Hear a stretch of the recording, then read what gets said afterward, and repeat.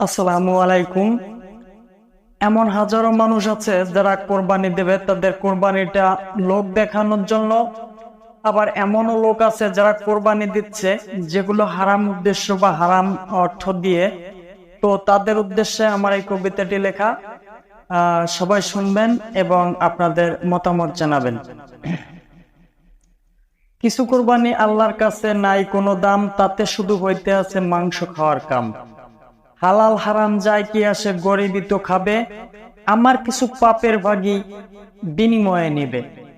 আমরা গরিব আশায় আসছে কোরবানি, মন পেট ভরে 2-4 দিন মাংস খাবানি।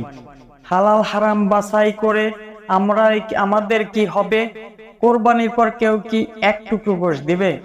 সারা বছর পাই না খেতে একটুখানি গোশ, বড় লোকরা ঠিকই খায় গরু মুরগি রোস্ট। কিছু লোকে ভাবছে মনে করছে যত পাপ, গরু 2টা কেটে দিয়ে করাবো এবার মাপ। গ্রামের লোকে আমায় নিয়ে গাইছে যে বদনাম, বড় গরু কিনে এবার বাড়াবো সেই দাম। লাখ 2 ঘুষের টাকা হাতে আমার আছে, গরু কিনতে যাব যখন 10 জন যাবি পিছে। হইহুল্ল করবে সবাই, নেবে আমার নাম, কজন মিলে বলতে থাকবি আমার গরুর দাম। গরিবের এই কিছু টাকা মারছি কিছুদিন, গোস্ত কিছু তুলে দিয়ে শোধ করি ঋণ। তাদের টাকার কোরবানি গোশত তারাই তো খাবে, মাঝখান থেকে সিনার গোশতটা আমার ভাগে যাবে। রানের গোশতটা একটু নরম খেতেই ভালো লাগে, ভাগের আগে ওইটা নিয়ে ফ্রিজে ঢুকবি আগে। মাস 6 খেতে পারি এটা রেখে আগে, গরিবদেরকে দিয়ে দিবি হাড্ডি মাংস ব্যাগে। মাংসের বদলে হাড্ডি দিচ্ছি, পাপের কিছু নাই, দাঁত আমার ভালো নাই তাই হাড্ডি কেমনে খাই। গোশের বদলে হাড্ডি দিলেও কম দিবি, কম যেন না হয়, গরিব মিসকিন রাস্তায় হেঁটে আমার নাম যেন কয়।